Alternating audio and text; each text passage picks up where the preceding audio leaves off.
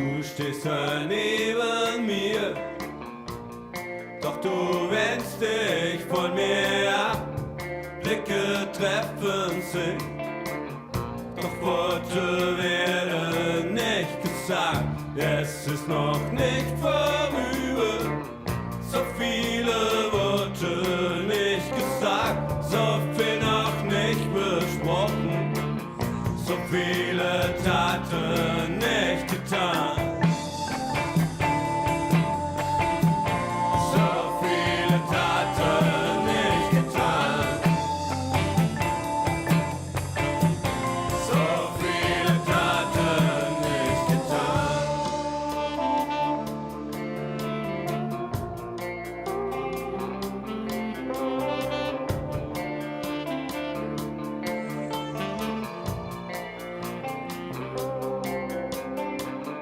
Du liegst da neben mir, doch du drehst dich auch nicht um. Blicke treffen sich, doch die Blicke bleiben stumm. Es ist noch nicht vorüber, so viele Worte nicht gesagt, so viel noch nicht besprochen, so viele Taten nicht getan.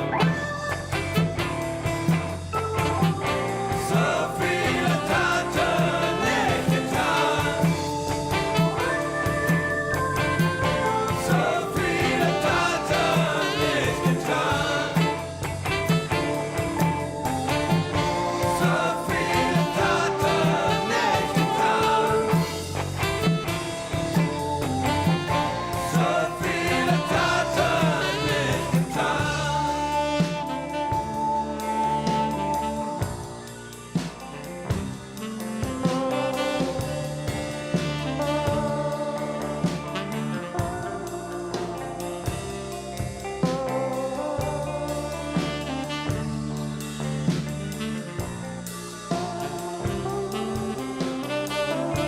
Wenn der Sturm verhallt, doch innerlich da kocht die Wut. Alles ist ganz kalt, doch innerlich da kocht die Wut. Es ist noch nicht vorüber, so viele Worte nicht gesagt, so viel noch nicht besprochen, so viele Taten nicht getan. So viele Taten nicht getan. So viele Taten nicht getan. So viele Taten nicht getan. So viele Taten nicht getan.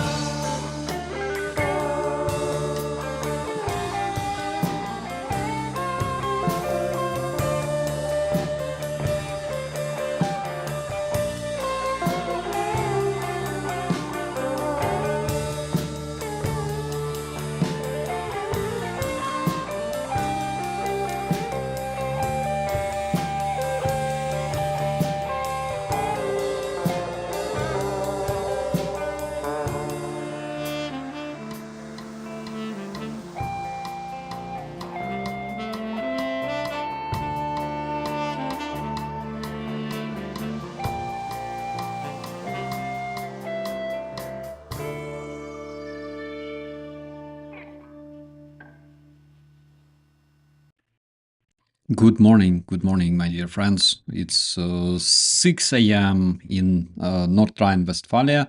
Hello, Pat Scully. Greetings to Finland as well.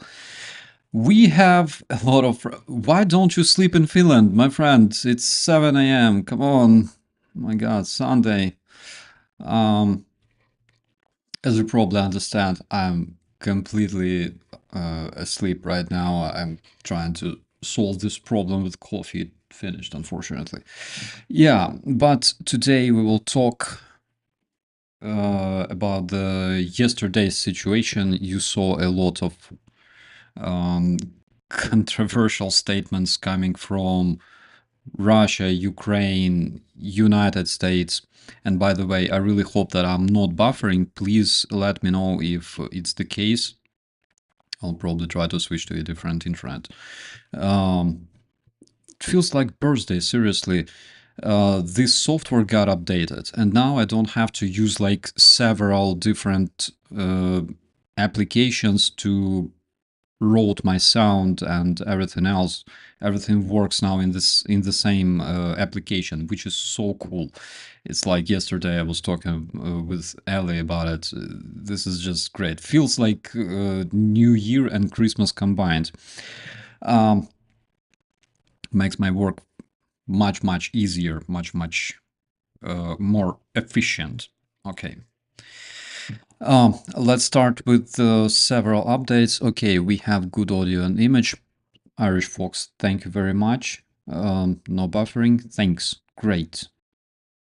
We have several updates. As you probably know, Russians keep striking Ukraine. A big drone attack in Kyiv actually finished just a while ago. We know about several cases of fire in Kyiv. Not sure if there are any victims as of this moment. We'll keep you updated. And greetings to our German friends and family members, basically. This channel already turned into a family since 2022. Why am I so early? Well, you guys are the reason, everybody who doesn't sleep right now. You are the reason I'm not sleeping. And another reason is, unfortunately, that strike that was taking place in Ukraine. Currently, Russians are attacking Ukraine almost every single night with drones and missiles. Yesterday, they hit Kherson. There was some pretty nasty damage done to this city, also Kryvyi Rih. This one was yesterday, the other one was the day before yesterday. Unfortunately, we also have victims. So Russians keep striking and they keep retaliating for Ukraine's strike on the Russian oil refineries because, as we know, yesterday 6 Russian regions were attacked overnight: Volgograd, Voronezh, Bryansk, Belgorod, Rostov, and Kursk. Oil refineries, Russian ammo storages, Russian command centers were hit by good Ukrainian drones. Also, a big Russian military base was hit in the broad daylight with a Ukrainian drone, and Russians were so much bragging about this base. They were saying that they have like the most advanced air defense around it, which didn't help them. Their biggest oil refineries in Tuapse and Krasnodar were attacked as well. Speaking of Tuapse, Russians stated that only 1 tank of fuel of oil was hit, but the footage, especially the footage from the space, confirms that it's not the case. Actually, we can see the huge fire that and trail of smoke that can be seen literally from the outer space. How crazy is that? Unfortunately, the damage to the environment is present here, but at the same time, Russians destroyed a lot of environment in Ukraine.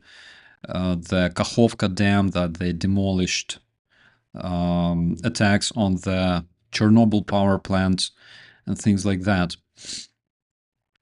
So yeah, I agree with this one. Ukraine's sanctions on Russia work best. Absolutely.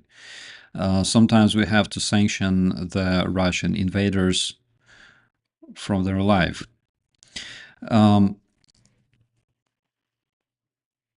Yesterday, exactly after the negotiations with Ukraine, when Ukraine It was the day before Ukraine offered a 30-day ceasefire with the Russian terrorists. Shortly after that, Trump apparently had a conversation with Putin on the phone, or is it Wheatkov? Wheatkov definitely was there. He talked with the Russians, but Trump communicates with the Russian terrorists. And basically what he said, I'm sure that you already seen this post from his social media 100 times yesterday. He said that very good and productive discussion with President Vladimir Putin. Very good, very cool. It happened exactly after Putin had a speech in Belarus and said that there's Ukrainians encircled in Kursk and they're in a bad situation, and he wants them to surrender and things like that. So exactly after that, Trump posted basically the same. He said that at this very moment, thousands of Ukrainian troops are completely surrounded by the Russian military and in a very bad, vulnerable position. I have strongly requested to President Putin that their lives be spared.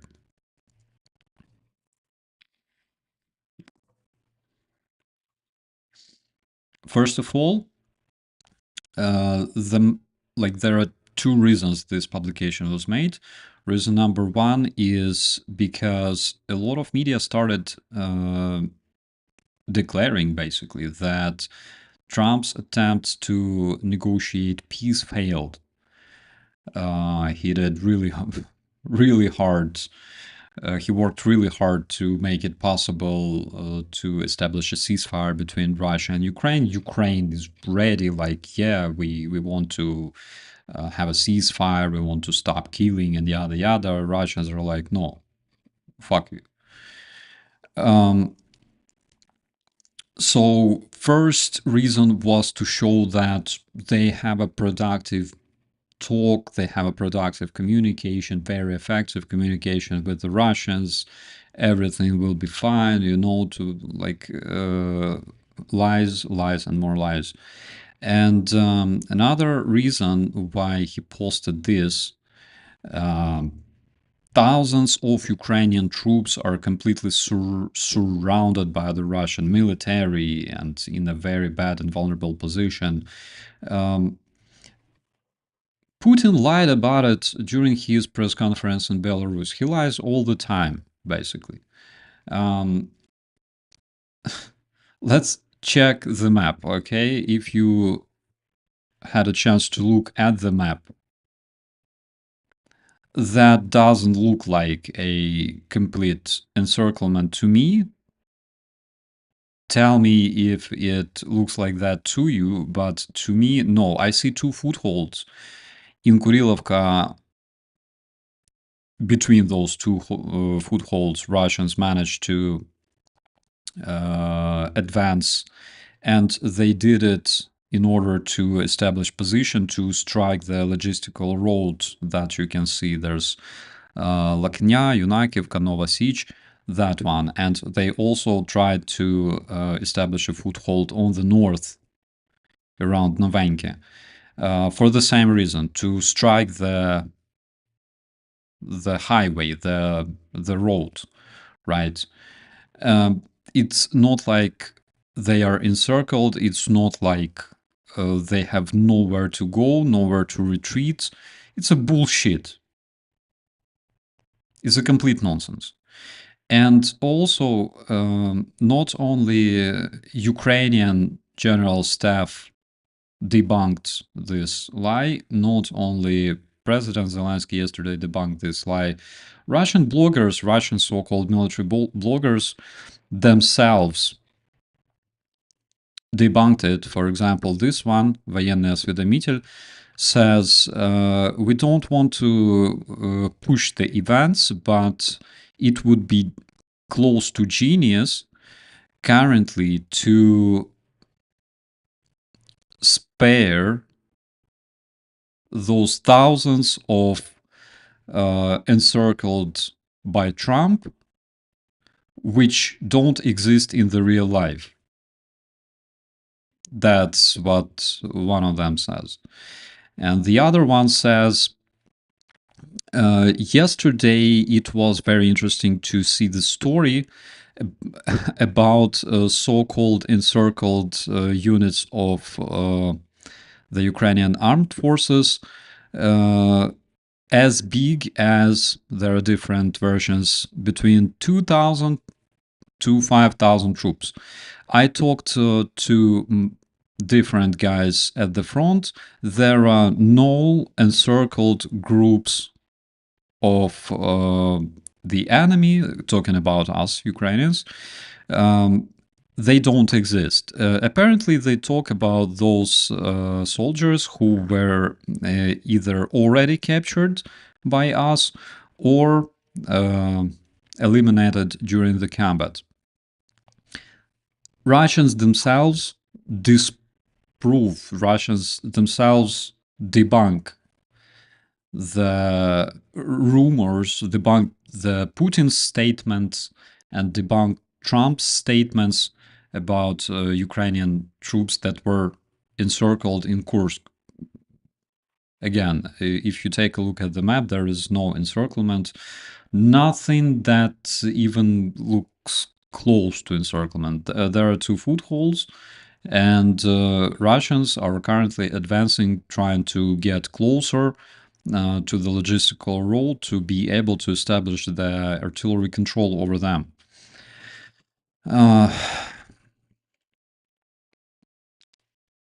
So logically, people start asking, why does Trump copy-paste Putin's narrative that is complete bullshit that you can easily debunk, fact-check using maps, using not only like the OSINT, not only available data from Russians, not only available data from maps, but using the best intelligence in the world that Trump has access to. Trump literally has access to the best intelligence in the whole freaking earth, the American intelligence, that can deliver him this information, that can show him the real situation on the ground in Ukraine, but at the same time, he keeps repeating after Trump like a fanboy. Why does he do that? So, reason number did I mention the reason number 2 of that publication? Sorry, I'm still sleeping. Hope I did. Reason number 3 is that Trump are basically the same. Trump literally, as we probably guessed, doesn't support Ukraine. He doesn't care about Ukraine's victory. He pushes Ukraine, the victim of the Russian aggression, to negotiate with Russians and things like that, cuts military aid, cuts intelligence. And the craziest thing about all this is that the reason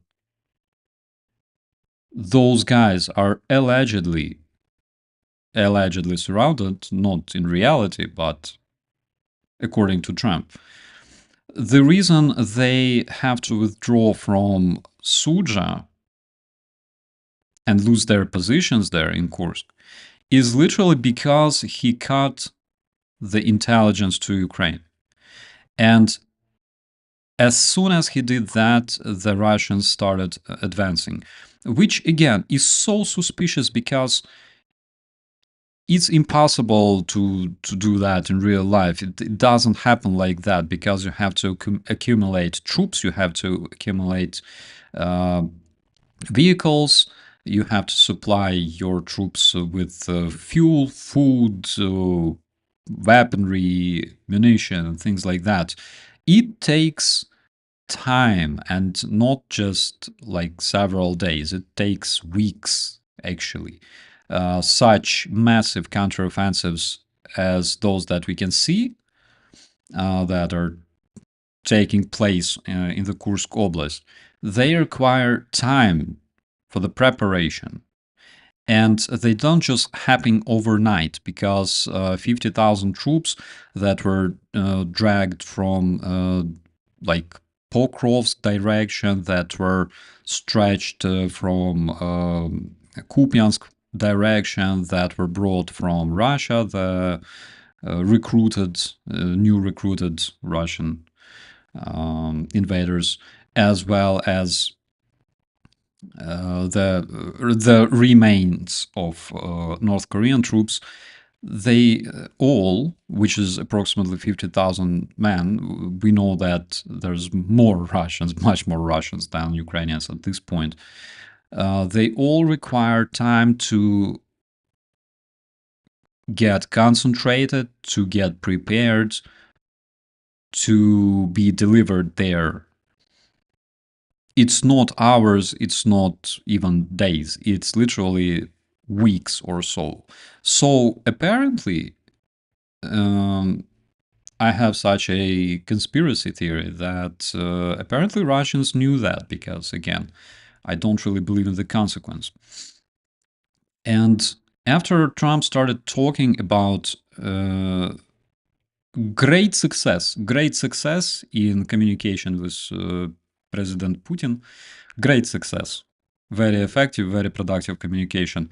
Generally speaking, to me, it seems like he was literally happy that everything goes according to plan. Ukrainian troops withdraw in Kursk region. Everything's great, everything exactly the way it was supposed to be.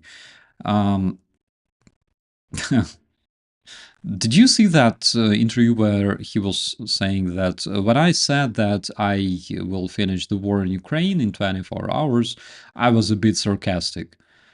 Such a joker. Generally speaking, in the beginning, I was like reading that publication and I listened to his interview and yada yada. And I was like, why do I even try to analyze this man? Because he lies all the time. 24 hours to establish a ceasefire and like all that shit.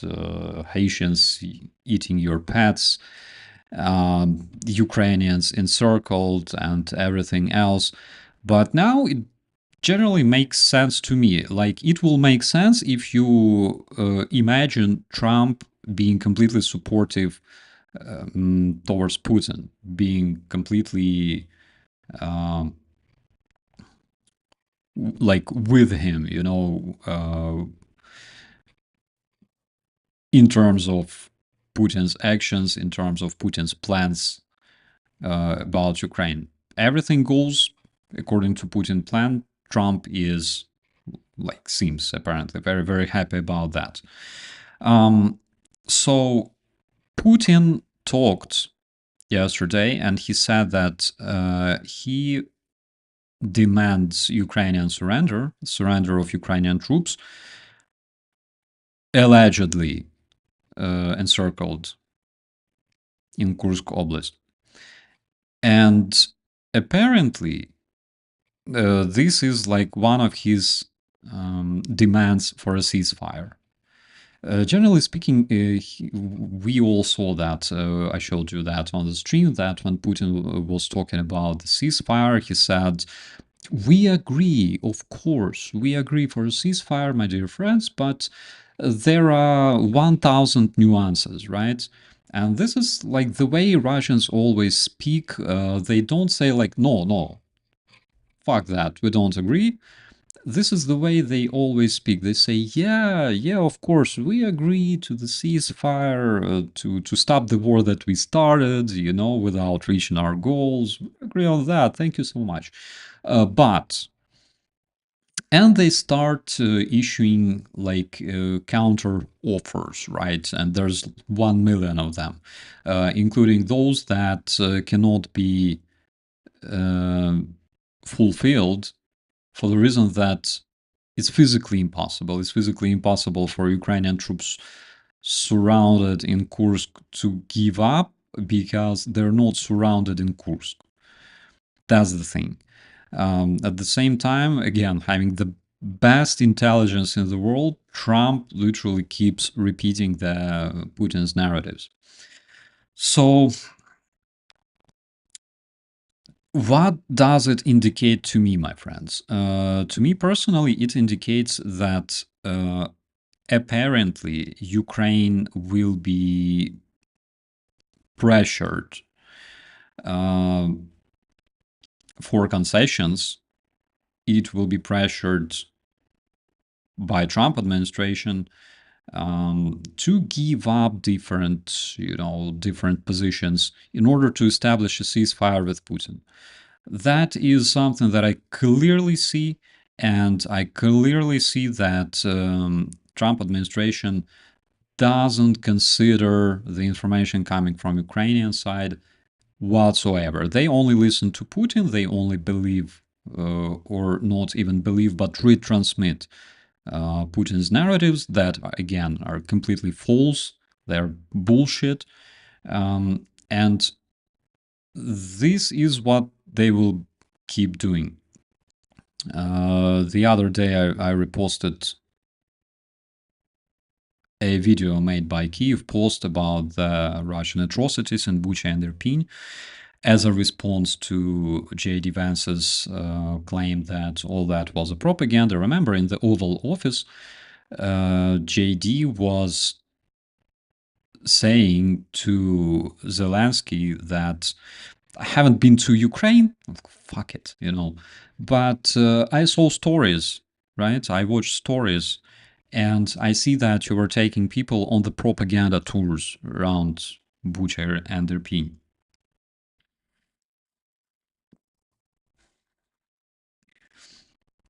Literally, friends,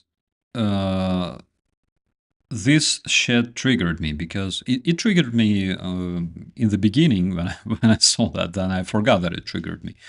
But it's a fact because in 2022, in April, I personally brought numerous groups of journalists to Bucha, where we discovered this massive trench. It's still on my channel. It's still available. I still have photos on my phone. I brought numerous journalists to show them civilians that were buried there in the trench. There were a lot of remains. Some of them were already packed by the forensic experts who came from other countries and Ukraine as well. And a lot of them were still there in the soil. And all sorts of media from all around the world were present there. They could literally stand there, they could make footage, they could smell the smell that I still smell in my nightmares. It was the case. But unfortunately, the Vice President of the United States right now has the best observation point in the world. It's his own sofa. It's very safe. You can see a lot happening around the world from your sofa. You can do whatever you like. And this stuff triggered me so much because this is another confirmation that he doesn't live in the real life. He lives in Narnia. He lives in Narnia, where Russians encircle Ukrainian troops on a daily basis that are fighting already, like near Lviv, where Hollywood makes, drops mannequins in the trench and pretends that they're human beings and things like that. Literally calling Russian massacre in Bucha a propaganda, that was the last evidence that the dudes literally support Putin. Literally. Of course, Putin and Russian propagandists, of course, they will never admit that they committed those atrocities. What they say was that basically Ukrainians came there, dropped a lot of mannequins around Bucha and Irpin, and also additionally shot a lot of people, because this is what we do, when we liberate our own territories, we just shoot our own people. That's what Ukrainians do on a daily basis, right? We strike our children's hospitals, maternity hospitals, bomb them with American missiles, and we also plant shit in J.D. Vance's pants, right, to set him up.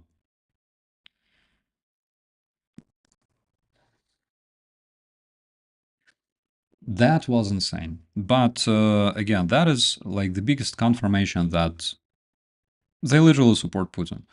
Again, the very fight in the Oval Office started when Zelensky started showing those photos, when he started talking about Russian atrocities, because he was not supposed to do that in front of the cameras. There were a lot of media, there were Russian media, showing that live probably on Itartas. And when he started talking about it, it triggered them both, Trump and J.D. Vance, and they literally started like trying to shut him up in order, to stop the truth from being delivered to the media. They care about Russian image so bad. They care about Russian image more than Russian propagandists do, actually. And this is very, very much triggering. Such a difference, between actually two family members. J.D. Vance, dude wearing mascara, sitting on his sofa and reading stories on Russia Today about Ukraine. And Nate Vance, true American, a true American dude, American hero, going to a different country and showing what makes him an American for real, because that is something that is very typical for American people. They care about democracy, they care about freedom, and they understand that sometimes it's worth defending it in a different territory to make sure that your home is safe.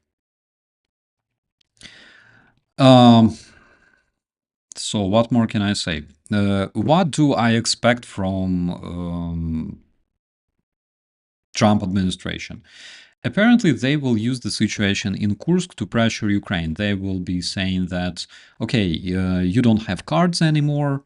Russians have all the cards. They want Ukrainians to surrender. Basically, you have to make a lot of concessions. 1, 2, 3, 4, and they will be asking Ukraine to make those concessions.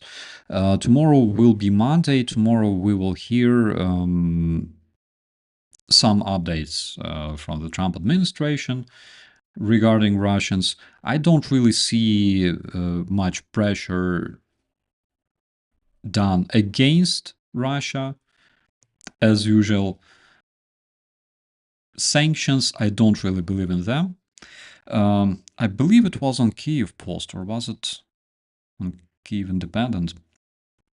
There was this psychologist who studied Putin, and he actually worked in Moscow for a while, for years, and he basically said that this dude, he also studied a lot of war criminals like Radovan Karadzic, Milosevic, and others.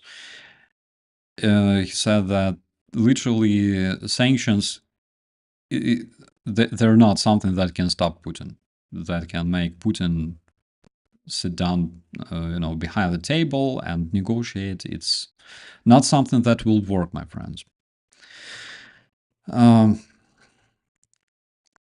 Okay. Oh my God, this is amazing. Why are Russians such stupid cunts? It's a philosophical question, my dear friend. It's a philosophical question because, generally speaking, I believe that people in different countries are roughly the same. And in all the countries, wherever you go, you can find the same approximately the same amount of good people, bad people, everybody in between. And it works like that in any given country. Russia is unique because the concentration of stupid cunts in Russia is extremely high. And it was like that for centuries. And the biggest proof of that is when you look at the map of Russia and ask yourself, how the hell did Russia become so big? So it's a philosophical question. Unfortunately, I don't even know how to answer it, except that, Russians were raised like that through generations. That is why they are such stupid cunts.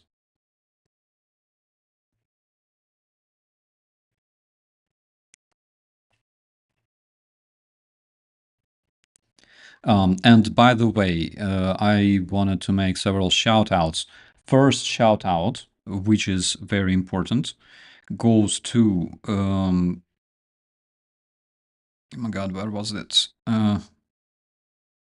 Sorry, it's not an end, but I need to do that.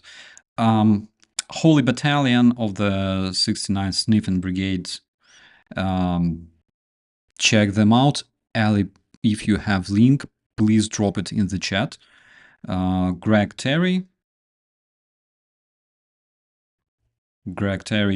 please subscribe as well. Another shout out I wanted to do for HARMATA Volunteers.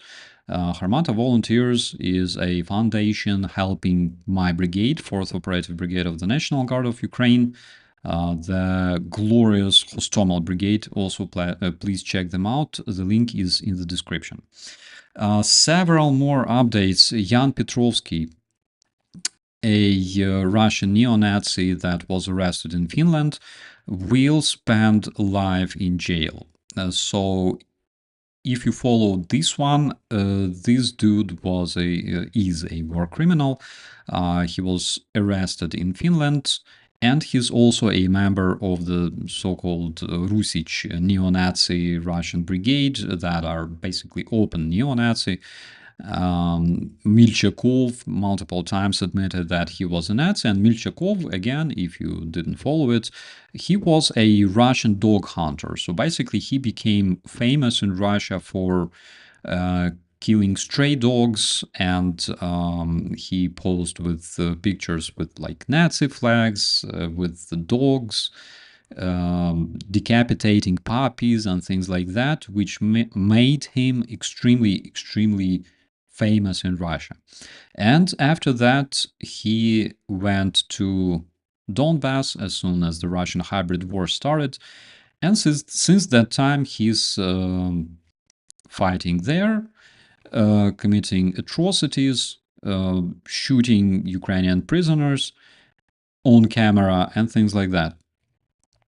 By the way, that will probably also shed some light on your question, my friend. Why are they such stupid cunts? So the court in Finland,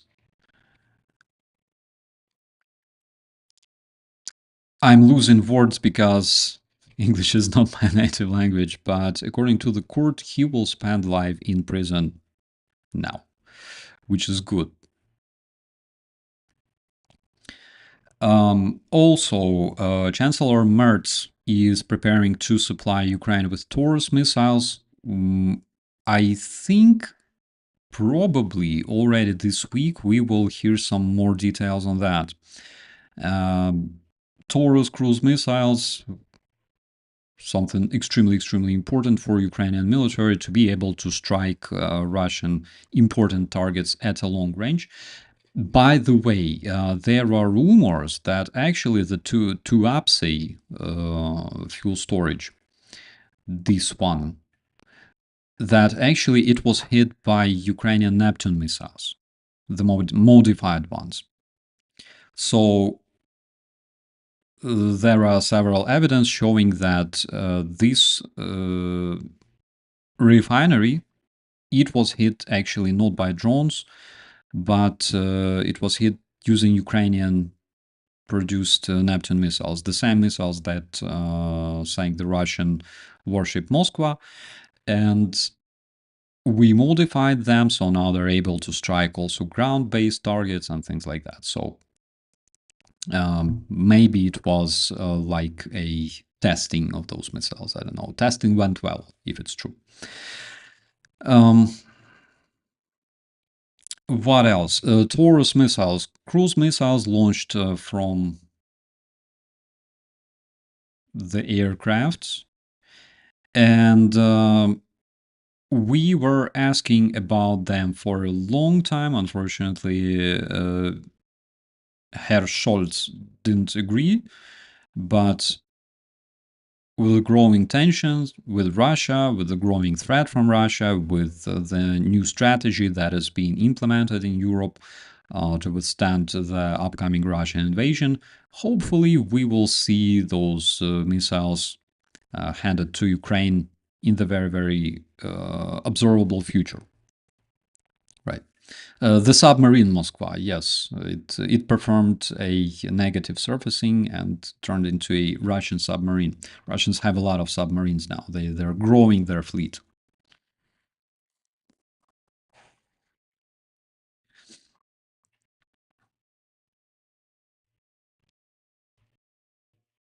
Surface to surface, yes, that's the word. Because initially, Neptune missiles, and I made a video about them on the UATV, you probably saw that.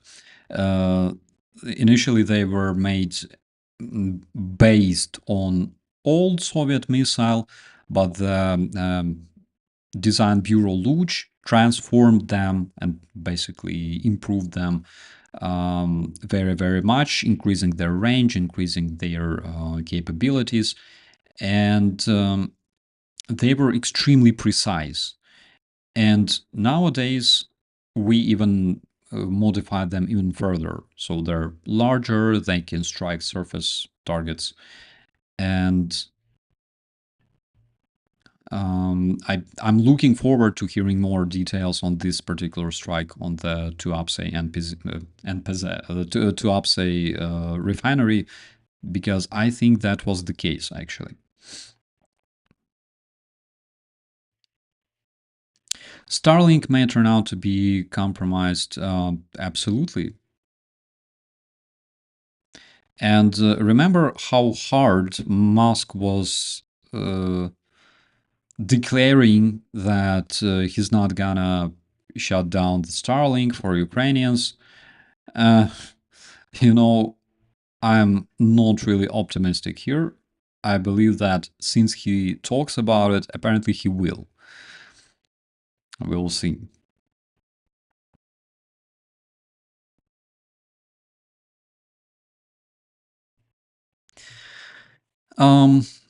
Another interesting update. You probably remember Jack Teixeira, the dude who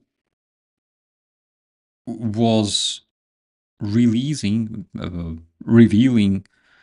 the top secret American intelligence data in the chat on a Discord. You probably remember this absolutely legendary dude. So he made a statement. He addressed President Trump and asked him to release this young gentleman. He said that, yeah, of course it was wrong to expose, top secret state information to random people on a Discord. It was absolutely not responsible, right? But I just couldn't stand the way the Biden administration was lying to us, about the help to Ukraine, about the real situation on the ground and things like that. So I anticipate that most probably soon we will see Teixeira turning from Snowden 2.0 into an American hero. Most probably we will see him released as well. I will eat a lot of popcorn if it happens, but nothing is impossible, actually.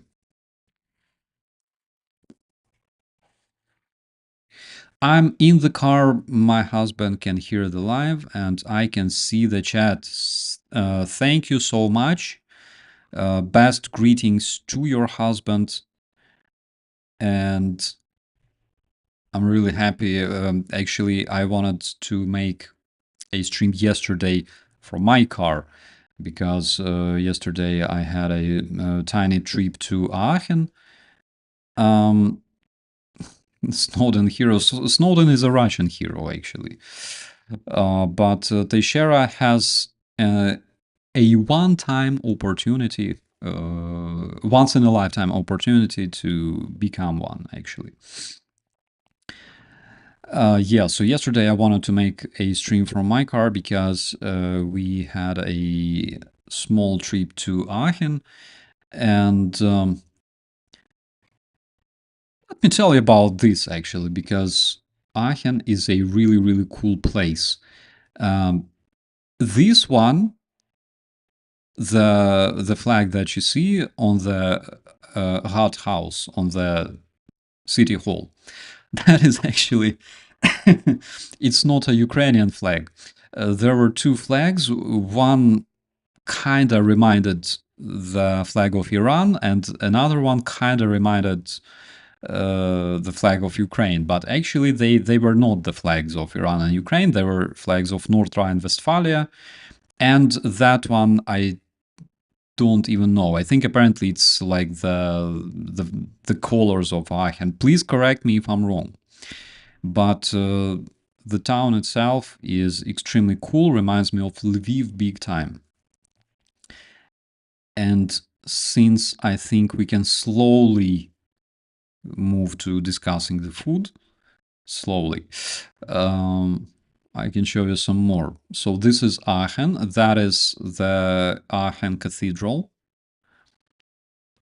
Extremely beautiful place. Looks like both Lviv. If you've been to Lviv, they have this market square. That is, it looks exactly the same, or like in Krakow, right?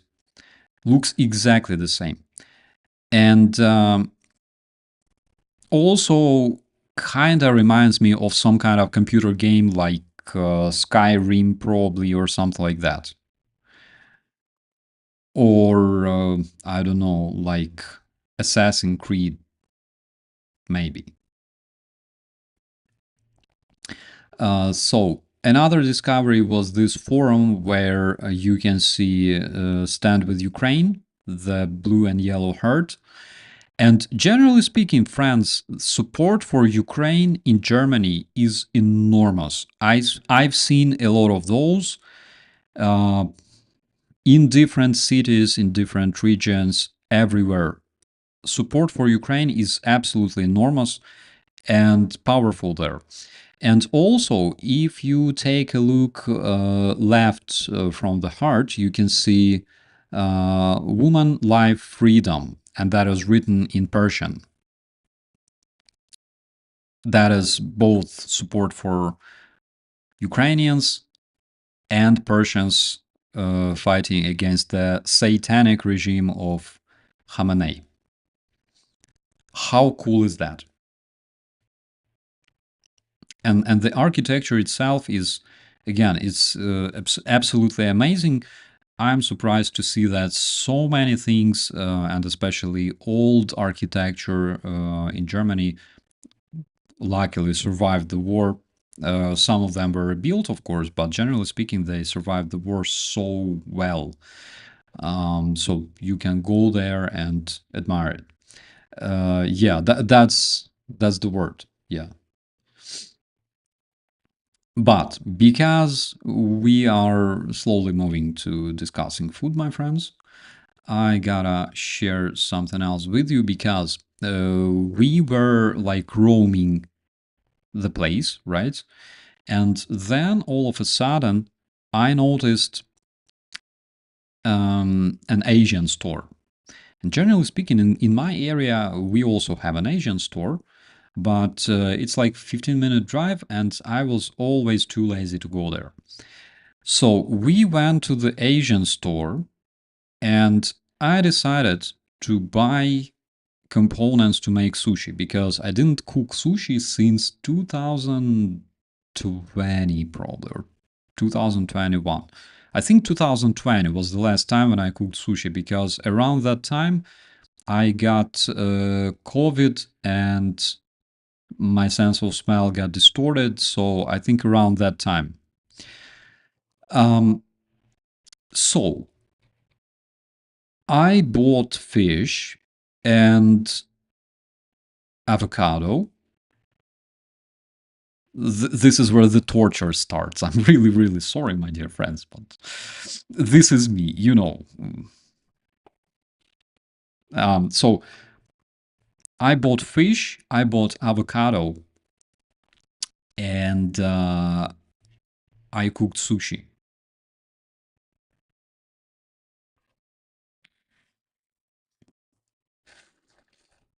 For the first time in like 5 years.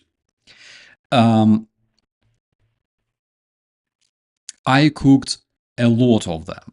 I cooked literally 13 rolls for 2 people.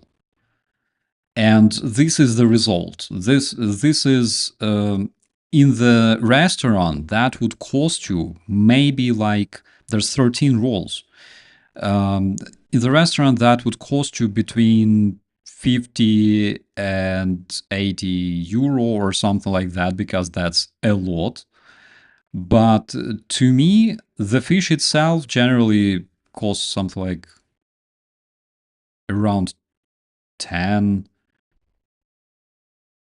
probably around 10. And I still have half of that fish left. I cured it, I put it in the salt and sugar, and I'm waiting it for it to be cured.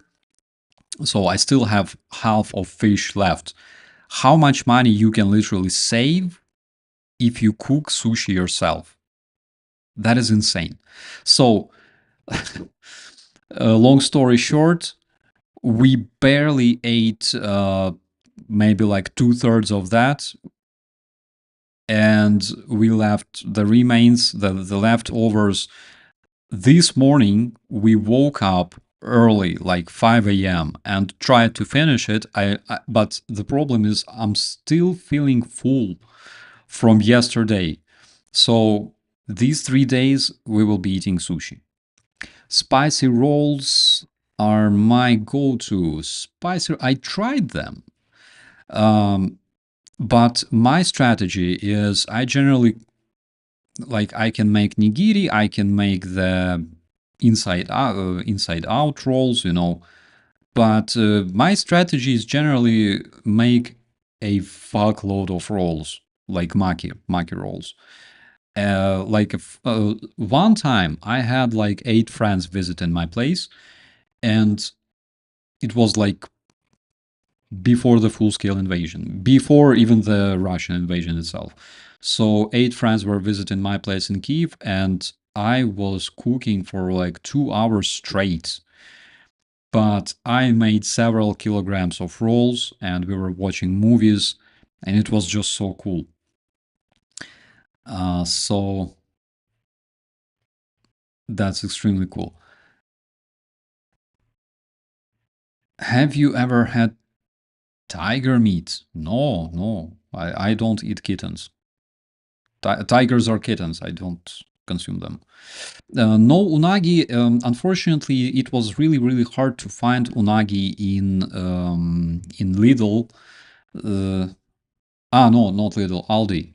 They don't have unagi there. You gotta go to actual Asian store and buy it there. But we decided not to bring stuff from Aachen because it's a several hour drive, and that could get spoiled.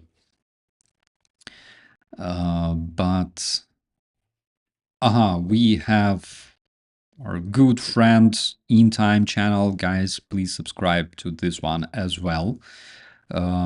Why don't you sleep, by the way? It's kind of late there in your area. Miso soup is the best when it comes with shiitake mushrooms. They are fantastic. I'm a big fan. Not a big fan of feta cheese, but those mushrooms are very, very cool. Fish worms. Yeah, that is a risk.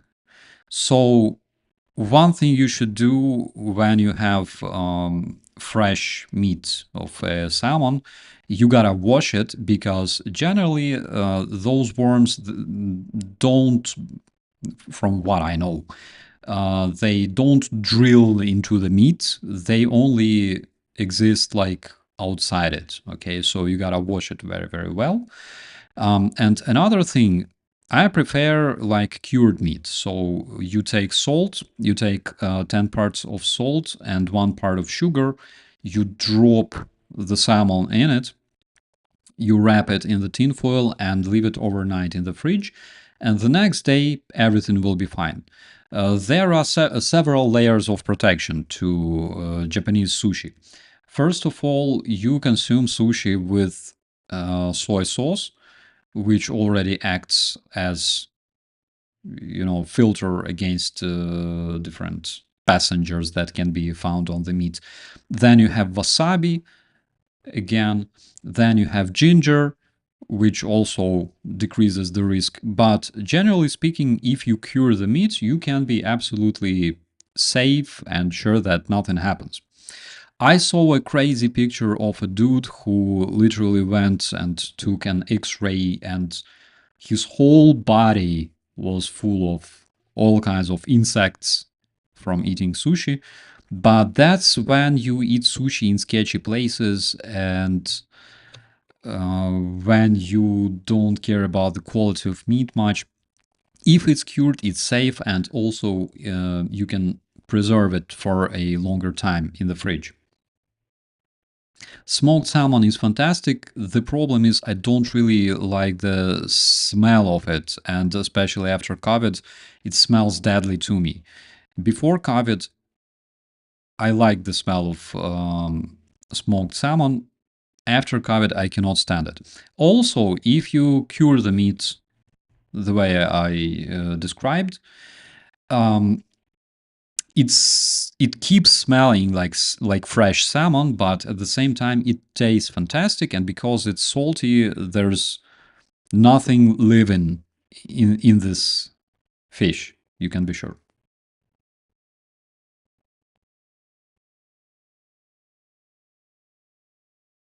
I'll never eat bear meat. Do we even eat bears? There is a reason why we don't usually eat predators.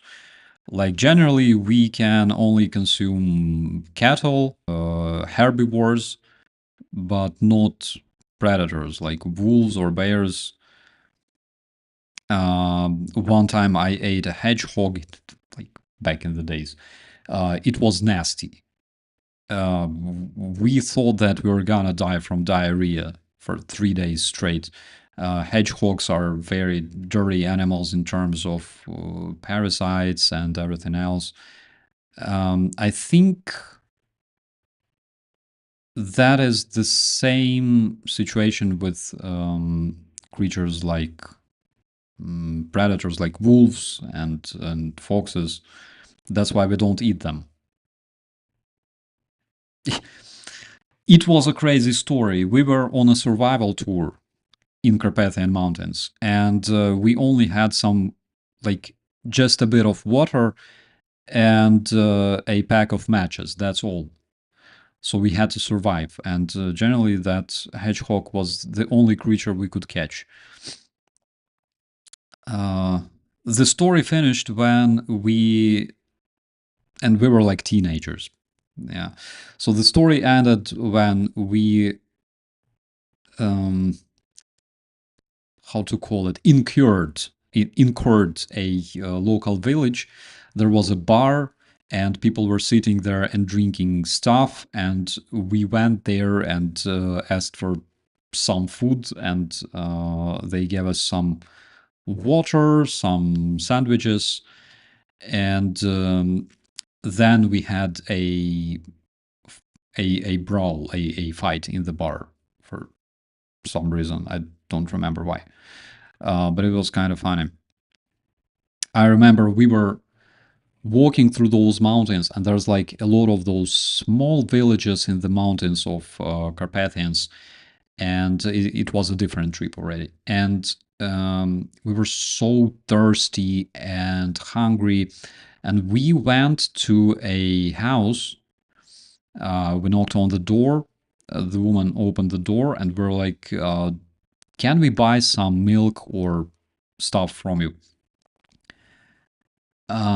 Generally, in a village like in Ukraine, when you, especially there in the Western Ukraine, when there's a cattle in the household, when there's like chicken or things like that, you can generally just knock on the door and buy it. Buy milk, buy eggs. It's a normal thing. Buy some booze. Um, so we bought like 3 liters of freshest milk possible, and we had like bread, uh, like a sweet bun. I'm not sure how to describe it. It comes with poppy. And how many of us were there? Like 5 or 6 young guys, and we just sat on the sidewalk, and we had this milk with the sweet bun. It was fantastic. It was just so good. Hutsuls. I have a lot of ugly stories with Hutsuls. Hutsuls are nice people, but I don't know. My ex was a Hutsul. I can still see her in my nightmares. Also, the reason I have this, like,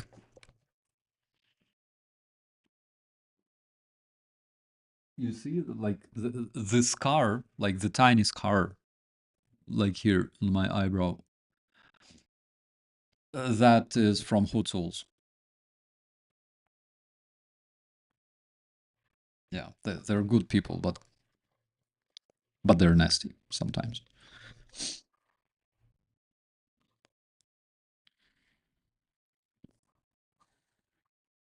I've had ostrich burgers. Tell me this, guys, if you ever tried ostrich eggs, how do they taste? Like, do they taste like ordinary eggs that we buy in the store, or differently? I want to know. In Ukraine, we have like this huge ostrich farm. I've never been there. Maybe like in the future sometime. But I'm curious about the ostrich eggs.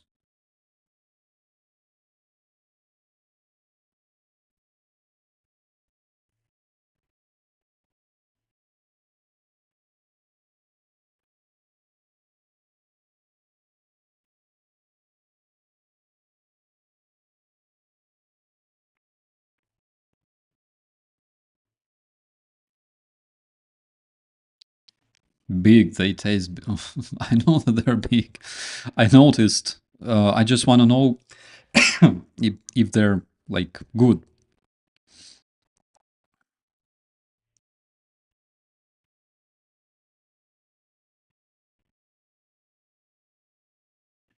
You can find assholes ever. Absolutely, absolutely. Um, if we're talking about Hutsuls are a kind of Ukrainians living in the western Ukraine, like Carpathian mountains. What is typical about Hutsuls is that they have interesting traditions, actually. First of all, they have interesting dialect. When they speak in their dialect, you can barely understand them because it's a mix of like Ukrainian, Polish, Hungarian, and Romanian. It's a crazy mix. And also, what makes them typical is that uh, they are completely wild.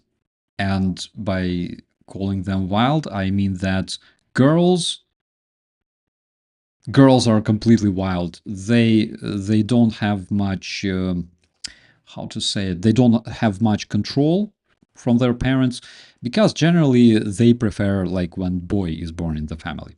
But when the boy is born in the family, he has even less control. He has more care but less control. That is why Hutsuls are always, like cared by their parents, by their mothers since they were born, and they grow up. Usually, they're very, I would say, handsome. Um, when girls from like central or eastern Ukraine come to West Ukraine and see a Hutsul boy, they just fall in love instantly. But at the same time, they're extremely wild. They drive bikes in the mountains, they do all kinds of crazy shit, and they like to fight.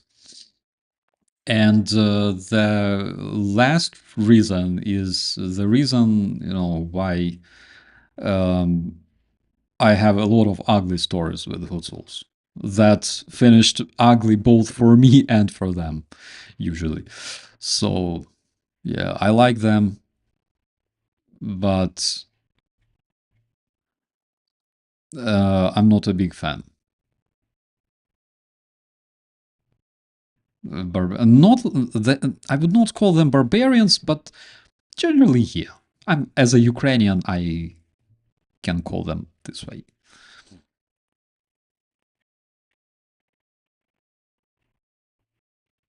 Like they're wild. Okay, they're wild. There are gypsies in Ukraine. I am the living proof that we have gypsies in Ukraine because my mother's heritage, they were all gypsies. Generally, I'm Ukrainian, a bit of Polish, and a bit of gypsy. I can steal horses. The best recipe of gypsy borscht, because as you probably know, there are different kinds of borscht. In Ukraine, every oblast, uh, even like every settlement, has its own recipe of borscht. There's like 100 of them. And actually, when I learned about my gypsy legacy, I also learned a good recipe for a gypsy borscht. So it's like um, steal a pot of borscht and add as many spices as you like. I tried, it works really well.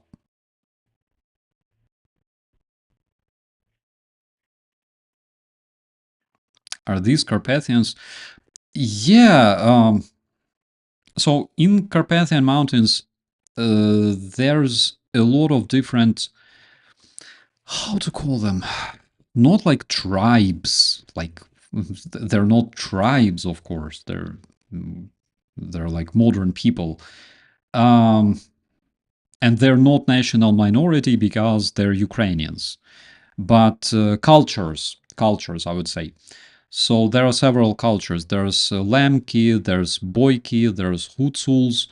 Uh, there's quite a few of them, and they all have their own traditions that have a lot in common with, like, generally Ukrainian traditions, but they have some very very interesting local specifics. Clans, yeah, I like that. Probably clans, but more like cultures, I would say.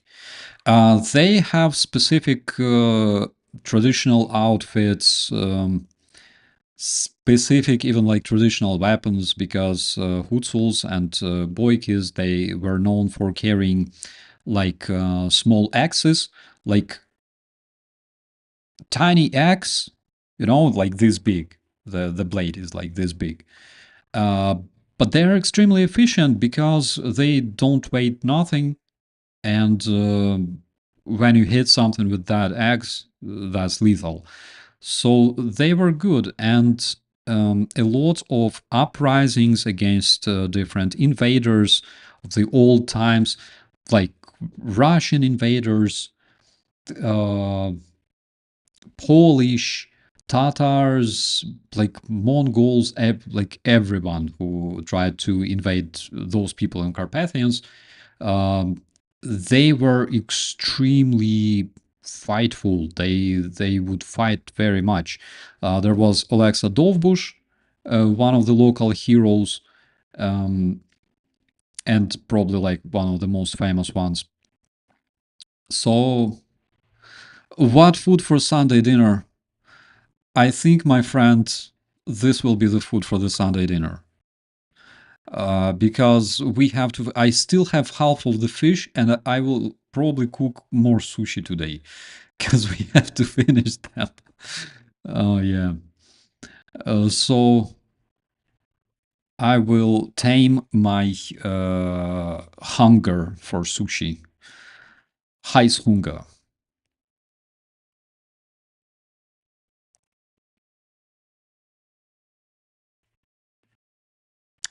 Are Romanians from Rome?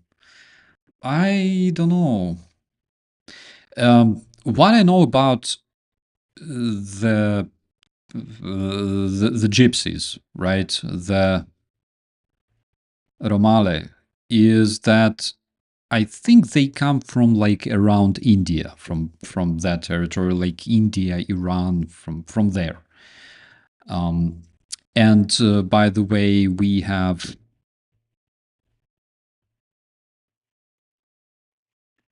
Irish folks here, and our friend Irish folks will confirm that Irish, like gypsies in Ireland, they are completely different from the gypsies that you can meet in Europe. They are like different people. The people that are called gypsies in Ireland, or in the Isles generally, like they're local. But the gypsies, like the Romale that I'm talking about, they come from like India, from that territory. Yeah, the term gypsy comes from the idea they came out from Egypt. Yeah, I heard that. I heard that. Generally, like again, roughly speaking, that is like the same area, like the same area. I mean that Egypt, Iran, India, like that part of the world. Okay. And Irish gypsies. I don't know about our gypsies. They have like their own traditions. But Irish gypsies, they are one thing that makes them famous and extremely cool is that like they like fist fighting. They have like their own MMA. Like those guys are extremely tough. They're like nomads. Romania was a Roman outpost. That's how it got that name. They even speak the language that slightly reminds me of Italian, like just slightly. Gypsies are known to have beautiful, sexy women who will rob you blind. Not only women, my friend. Oh my god. There were times when you walked down the street in Kiev, for example, and all of a sudden you got surrounded by a bunch of young kids, and they all go like, "Hey, like, do you have like some coins?"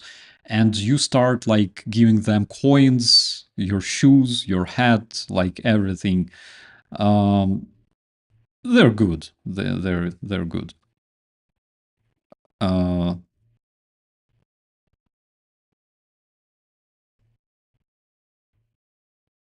but like my gypsies, like my clan, Oh my god. So I did a small research. I know that they came from Balkans because they had some very specific last name, which was Starenko, by the way. And I know that the dude who established my mom's heritage, he was a blacksmith. The story was crazy. There was this caravan of gypsies going through Ukraine, through that territory, and there was a husband and a wife, and the wife was extremely sick. She was dying. So they decided to stay in a settlement that they were passing by, and the caravan went further, and they remained in that settlement, and the local people helped to cure this woman. And the guy was a talented blacksmith, so he did all kinds of stuff from metal, horseshoes, my god, weapons, like anything, decorations, metal fences, you tell me. So he decided to establish his own smithery, and he became famous, like in that territory. He had a house, he built a house, and it was the only house that was covered with metal. Like he had a metal roof and like metal fence around it.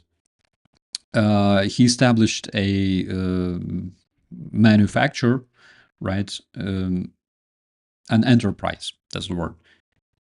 He employed local guys working for him, and he was very, very like famous in the area.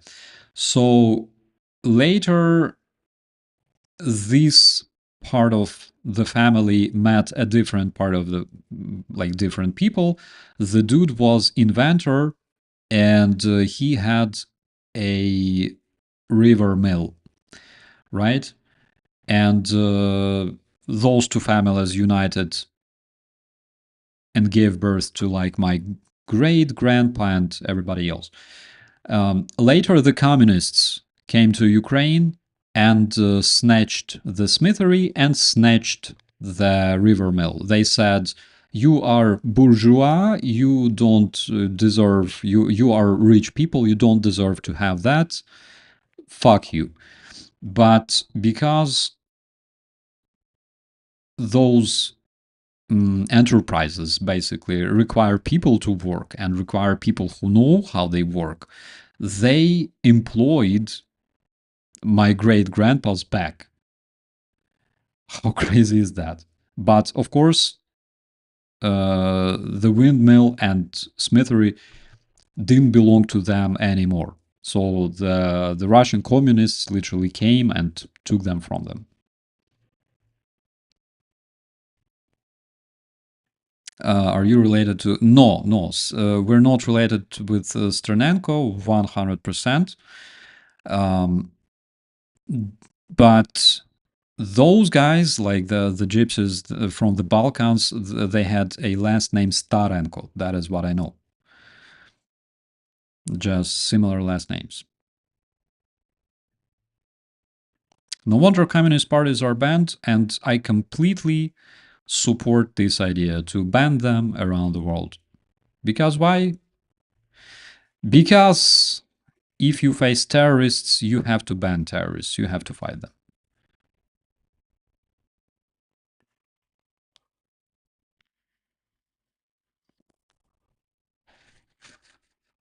They dodged. Yeah, yeah, that's the word. Communism. You will own nothing and be miserable. Yeah, yesterday I talked to my lady, and we came to a conclusion that communism was even worse than the situation in Iran right now, because in Iran, you have opportunity to get rich. For example, if you work somewhere in the oil industry, you have opportunity to get rich and buy like a big house and stuff like that. In the Soviet Union, everybody were poor and miserable equally, except for people working for the party. They usually had like whatever they liked, a bike, a car, an apartment, something that you could only dream about. You had to stay in the queue to receive a right to buy a car, sorry, a right to buy an apartment and things like that.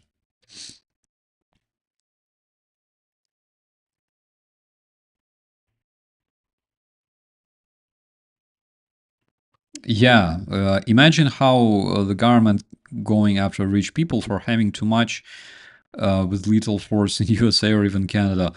That is something that you could see early during the early years of communism in, for example, on the territory of Ukraine, because they would go after not just rich people. Rich people were shot instantly. They were executed and nobody even cared, you know.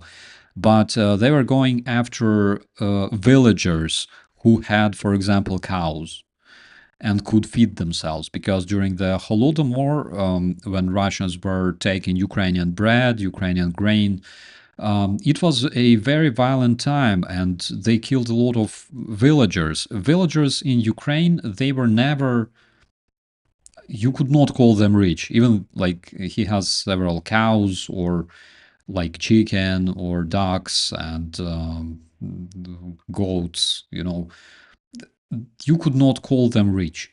They would live in the same village. They would rarely go to like a city, other than just, you know, with the purpose of selling their stuff.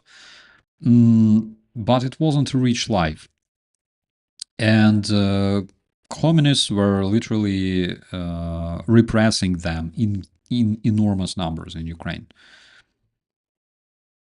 Kulaks, that is the word. They were calling them kulaks,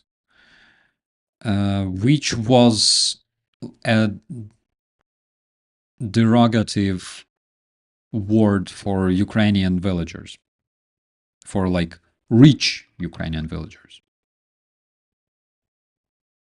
God damn, you look at the villager, you can see a person wearing the same boots his whole life. Um, I remember the stories that my grandpa told me, and he grew up in the village.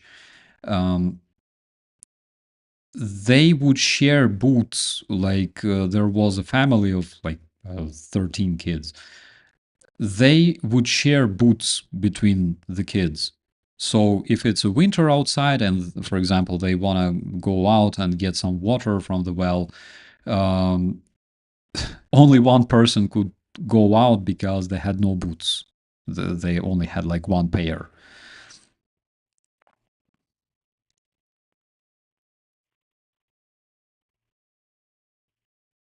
I'm drinking a $160 bottle of tequila.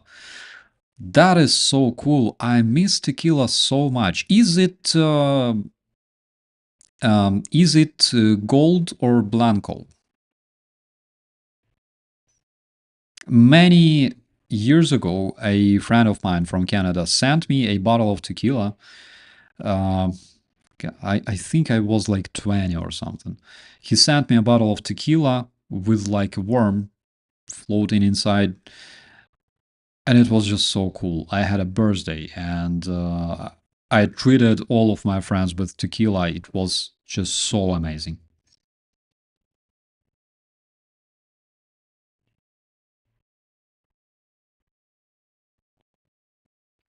The theft here in Estonia was horrific after deportations and executions. Yeah. Uh, Theft, deportations, and literally mass murder, that is the typical feature of a communist regime anywhere you go. That is why it should be banned.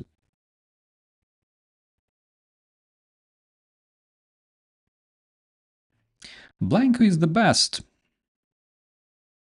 I don't know. I don't have the answer to this because I like them both. Blanco tastes cool, but gold tastes, it has something, you know, in it.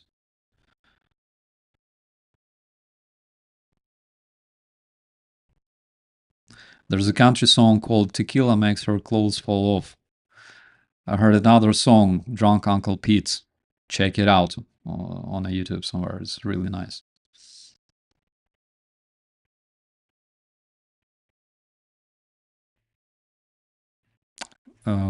Fascists are the same. Yeah, generally speaking, dictatorships are the same. Doesn't matter what kind of ideology it is, doesn't matter if it's, you know, Tavarish Stalin or Ayatollah Khamenei, or President Putin, dictatorships are generally the same anywhere you go.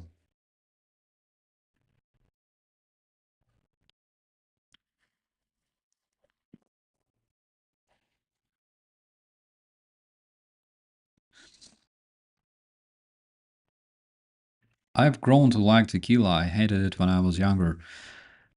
One thing about tequila, I'm not sure if it works with like tequila generally, or is it me? Because when you start drinking it, you cannot stop.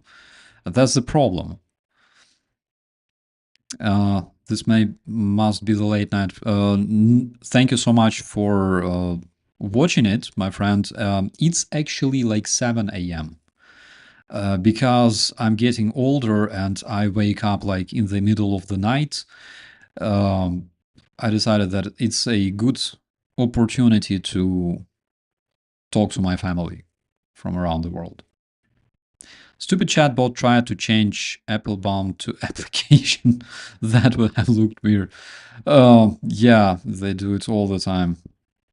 Like, when I send a message and I just swipe the message and send it like on a WhatsApp somewhere to my friends without reading it initially, and then I look at it, it looks as if I'm insane.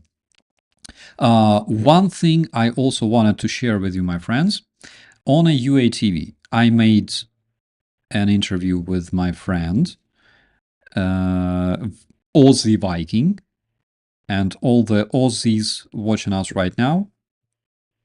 I think you will find it interesting. There it is in the chat. So please check it out. The story of this man is, as I probably said, absolutely unique. He was with us in HOSTOMEL. I remember I saw him for the first time when our officers remained on the base. They commanded all the conscripts to withdraw. The guys were withdrawing from the base. The officers were like covering them and stuff. And then among the conscripts and among like the personnel of the base, I saw this massive guy with like long beard, and I'm like, is he with the main intelligence directorate? Because we had several operators from this company.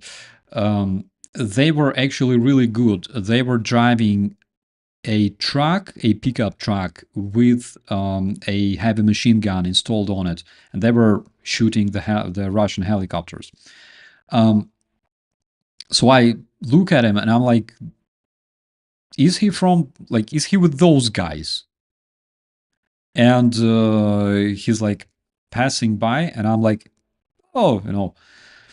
And then we met at our base when we relocated to Kiev temporarily. We met there, and he fought in my brigade for some time. He was in Rubizhne, in Bakhmut, in all kinds of sketchy places. So we did interview. Let me drop the link into the chat one more time. You may want to watch it. It's really good. Really good.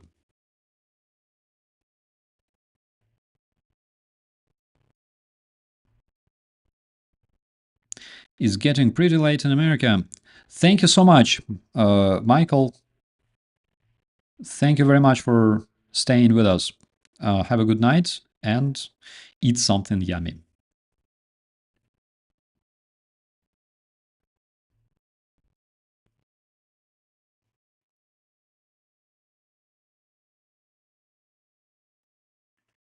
I called my girlfriend a whore once because the swiping.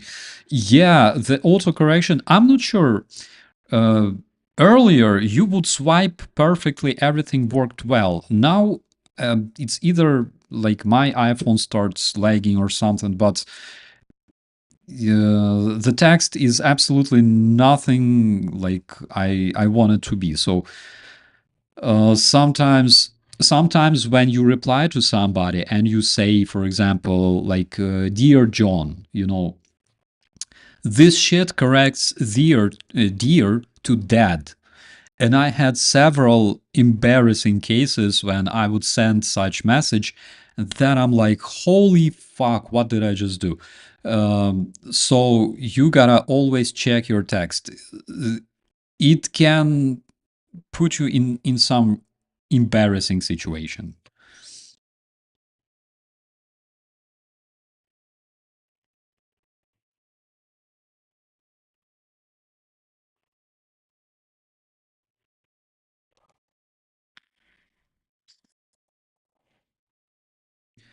Viking interview is awesome. Yeah, thank you so much. I really like it as well.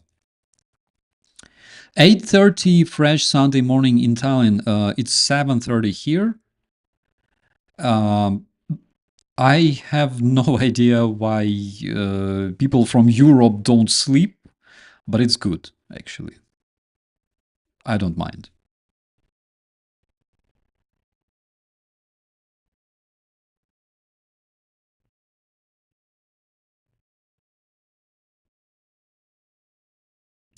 Mezcal is usually the one that has a worm in it. People will fight for the last shot that has the worm. That's interesting. Do you eat the worm, by the way? Because I never tried. Is Kursk operation ongoing? Yeah, the situation is that we moved back. Suja is currently under Russians. You can see all kinds of cringy videos from there involving a local dude who initially was like welcoming Ukrainian soldiers and saying, "You're the right guys, Putin, like fuck Putin," and things like that. And now he says, "They tortured me. They beat me up. They tortured me."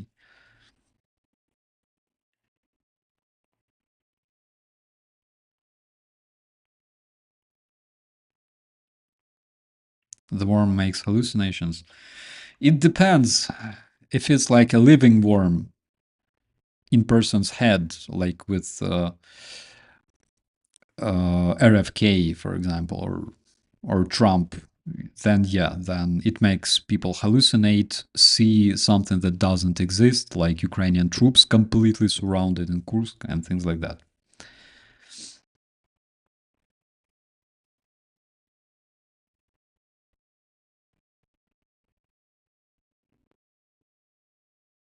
Hey Linda, I turned that bullshit off on my phone. I cannot turn it off because I lack time. And when I text somebody, which generally happens a lot, I text a lot of people on a daily basis, and it's just very very fast, but not that efficient. I make mistakes even when I just type, so.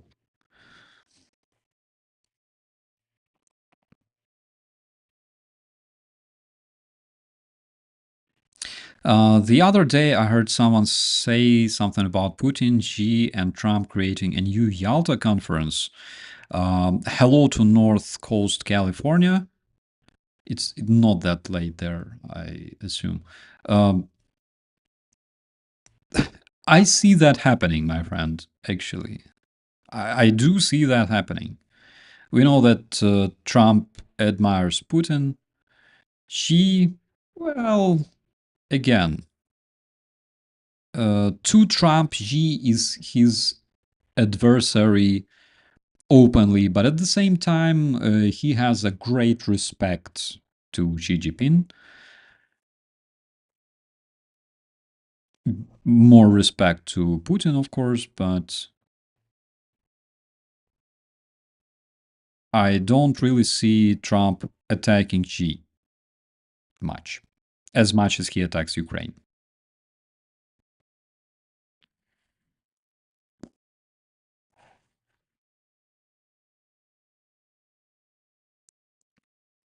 My mom always said the worm in the bottom of the bottle proves that if you drink tequila, you won't get worms. Uh, I can confirm. Do you still box as training? I work out at home a bit, but I have some health issues recently, so I don't do much physical training like these days.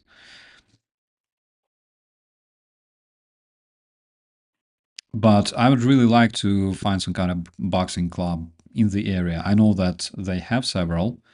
They also have several shooting clubs, including um, like air rifles, which is kind of something I'm not really accustomed to. Um, when I was 9, my father gave me a birthday present, like an air rifle. And it was really cool because imagine all the street lights on my street, right? They stopped working immediately after that for some unknown reason. Um, but seeing that as a weapon used on a shooting range in a shooting club, that's interesting.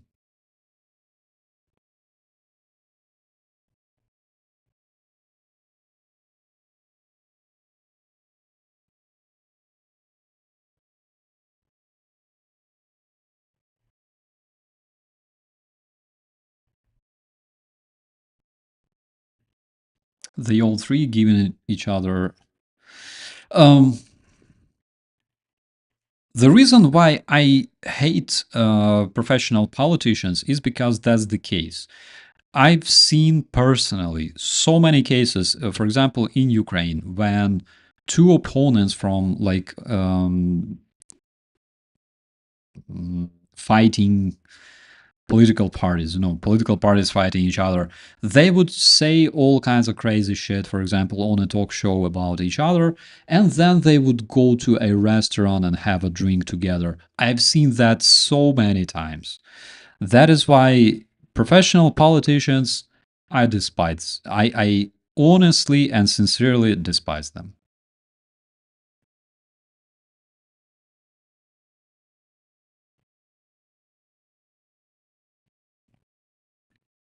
Do you think you can leave any territory for getting peace deal with Russia? No, I don't think so.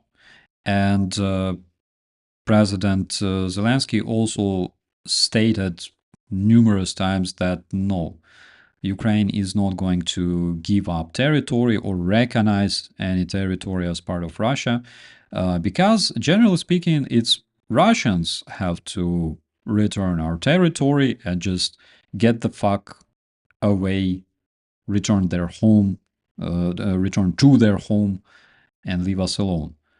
So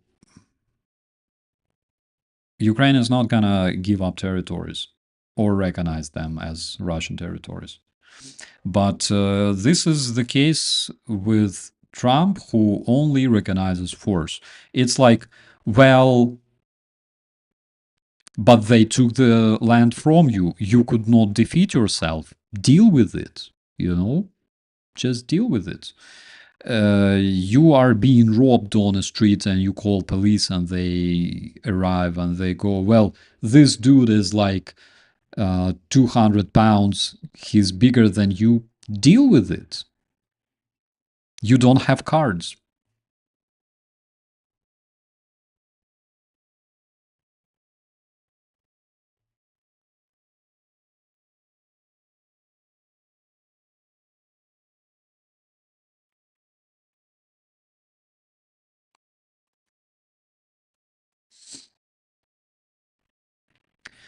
Dad joke time. What is a police officer's favorite song? If only I could turn back crime. Yeah. Oh.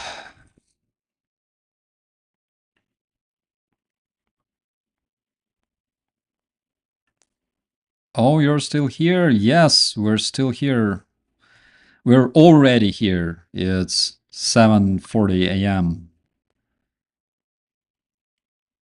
You're still using 556 whenever you can. Generally, yeah, from what I know, in my brigade, for example, we mostly use,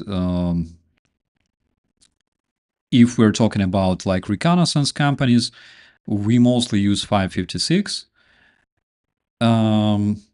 Infantry, like there's a mix. there's a mix of 556 and 545.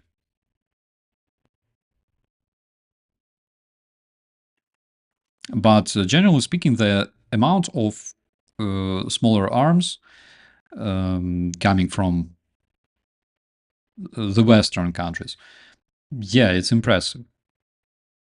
Max, for example, I kept using my AK, but Max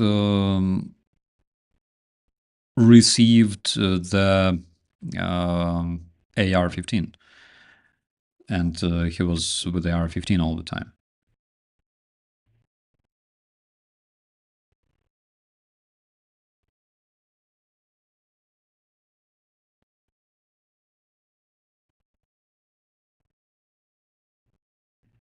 We are supporting Ukraine and freedom of speech, but you ban messages on a YouTube.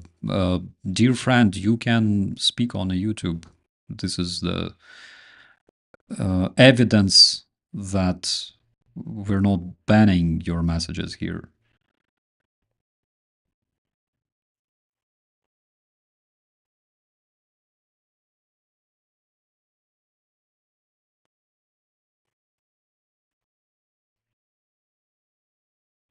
Can't let Russia survive this war, and it's gonna take a miracle to save it from itself.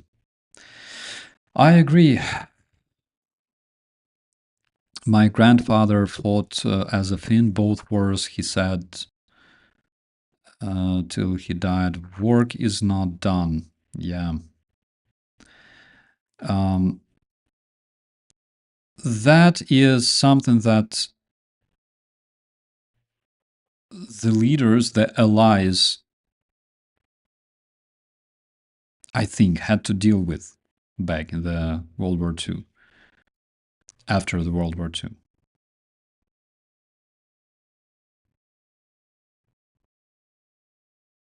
As soon as the war finished, we know that United States acquired nuclear weapons, then United Kingdom, right? And as soon as the war finished, Gordon Lonsdale, a notorious Russian spy known as Gordon Lonsdale, true name Conan Malody, he was spying in the UK. And like the war just finished.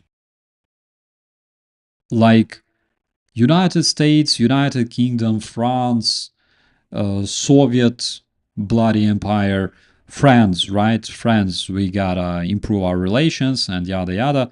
In the meantime, Russia massively sends spies to the West and massively arrests people and represses people for being like Western spies. Doesn't look like friendship to me, my friends.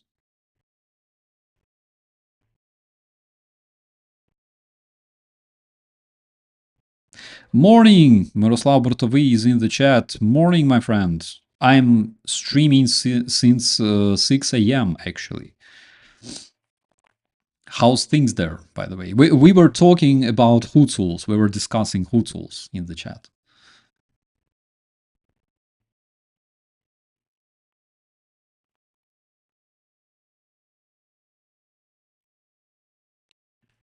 You mentioned Ukraine not being willing to make concessions on territory. However, it seems like there is much pro-Russian sentiment in the east of the country.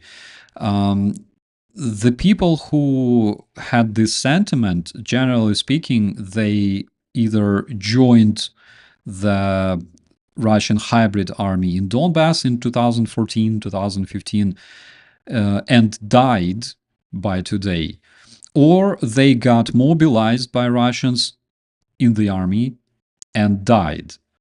So there's not much pro-Russian sentiment generally because Russians kill those people who have pro-Russian sentiment by literally sending them in the meat assaults. Also, if you check out what Gubarev says, for example, and Gubarev was the leader of the so-called DPR, Gubarev, also Tatiana Mantian, like all the Russian or pro-Russian talking heads on the TV, they all say that people in Donbas hate Russians after all they've done to them.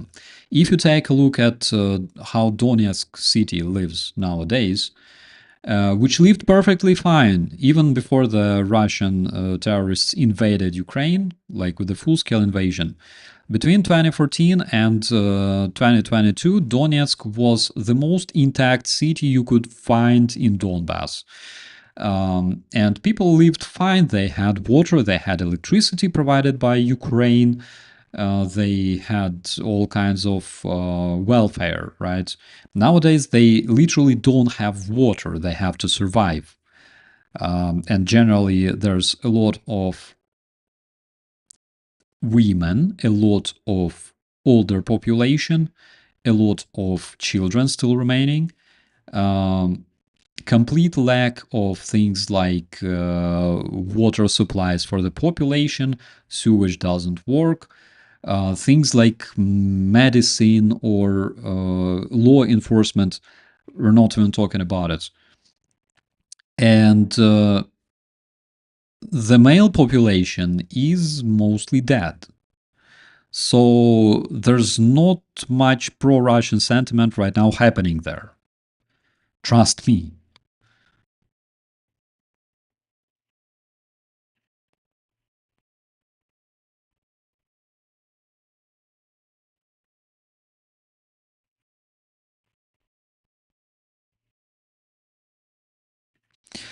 Is it true French Mirage jets protecting Ukrainian sky? Yeah, that is true. The main role for the jet fighters like F-16s and Mirages are to protect Ukrainian sky from Russian drones and missiles.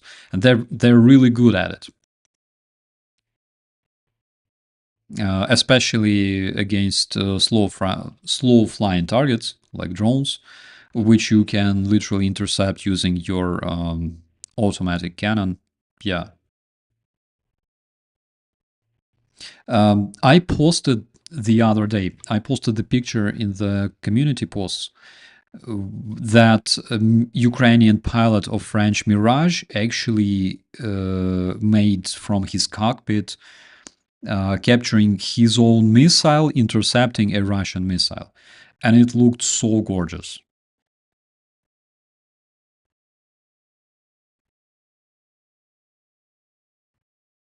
A lot of the DPR units were also made up of people who came from Russia to fill the units.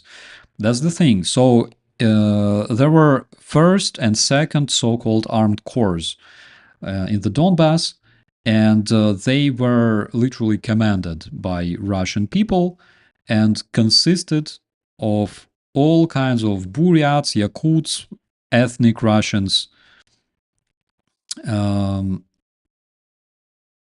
Ukrainians who were there, those separatists who joined the militia, right?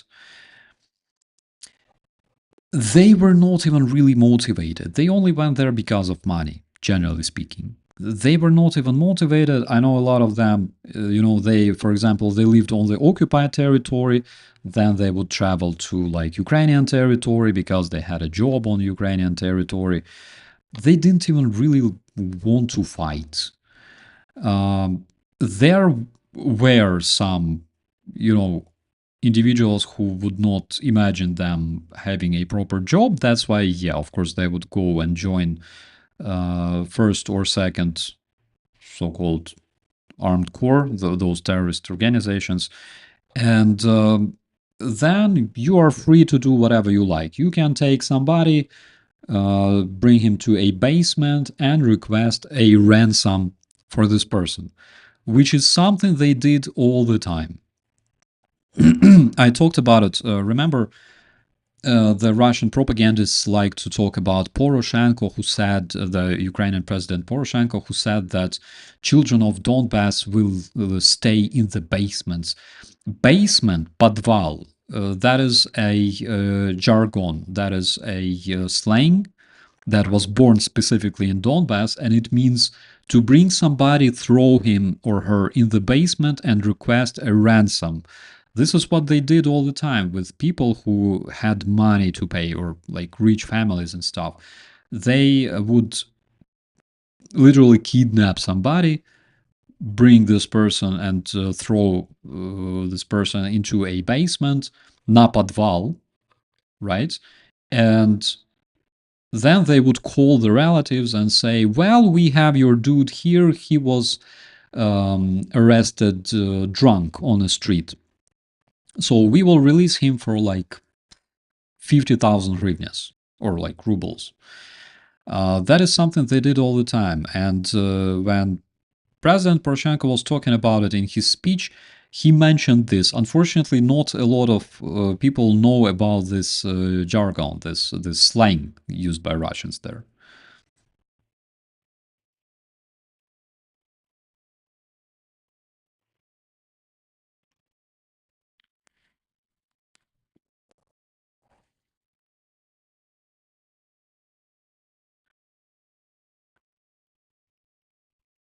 Tequila tastes like kerosene filtered through dirty socks. Mmm, yummy.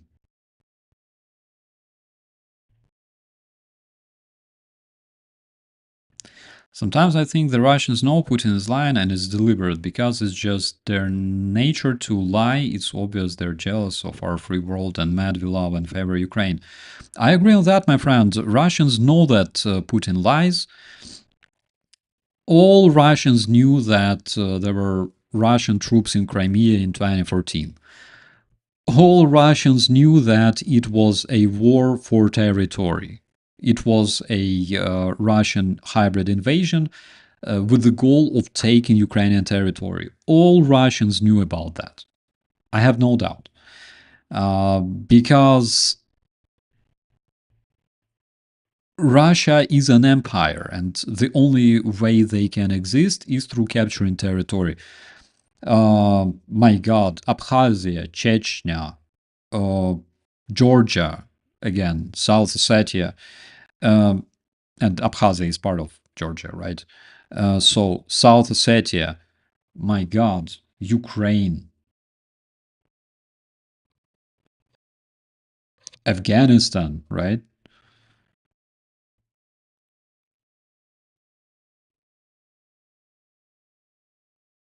I miss Prigozhin, always good for a laugh. Nowadays a lot of Russians have an opportunity to meet Prigozhin live, if we can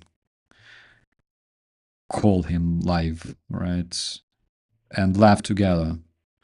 13 Russian generals do have such opportunity nowadays.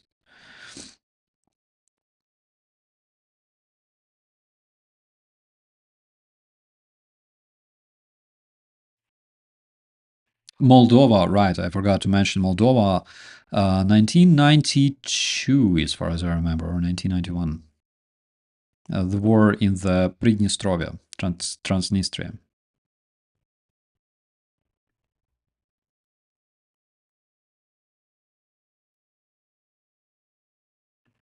That's why it's so hard to forgive them. They watched it happen. Yeah, exactly. And that is why the best way to identify a Russian person that can be forgiven is when first thing they do is they go, I'm very, very sorry for all that shit that my country did to you.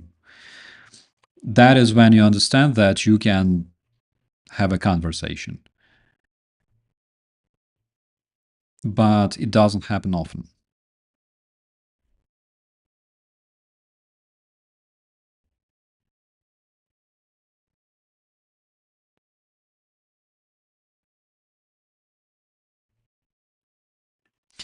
According to Sanctioned Divan, Russia is now sending their kids to North Korean summer camps. Yeah, I've heard that. And they advertise like summer resorts in North Korea. I don't imagine how it looks like, but they advertise things like that. Would you like to spend a holiday on a beautiful beach of North Korea? Let me know.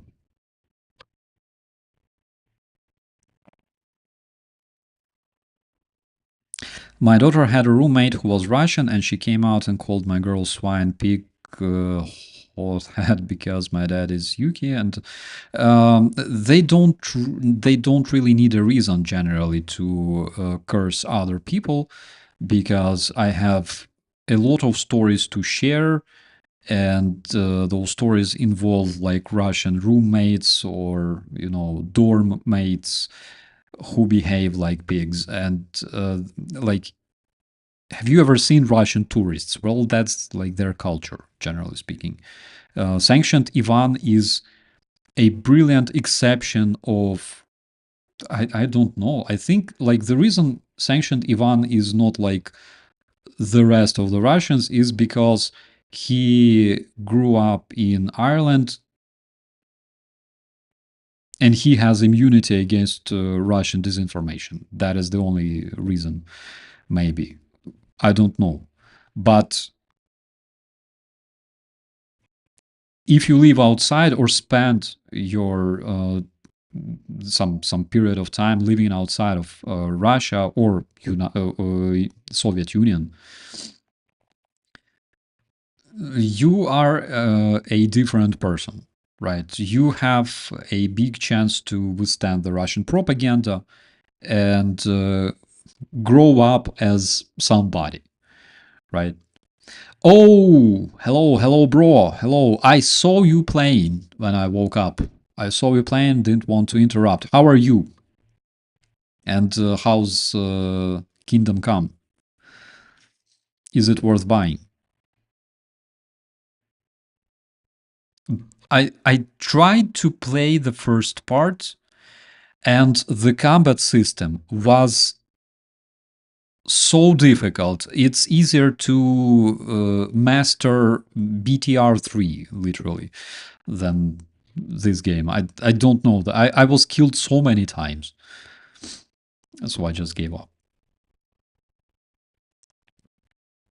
Hello, Vitayu. Glory to Ukraine and glory to all the decent people of the world supporting the right cause.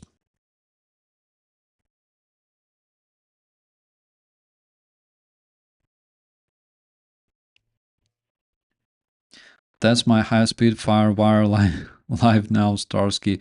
Hello, my friend. Much respect to you. Hope you're doing great. Absolutely worth buying. 200 hours. Oh my god, that is more than I spent in my Microsoft Flight Simulator. Did I show you my computer, by the way? Let me see if I have it here. Yeah, bro, just so you could understand, okay?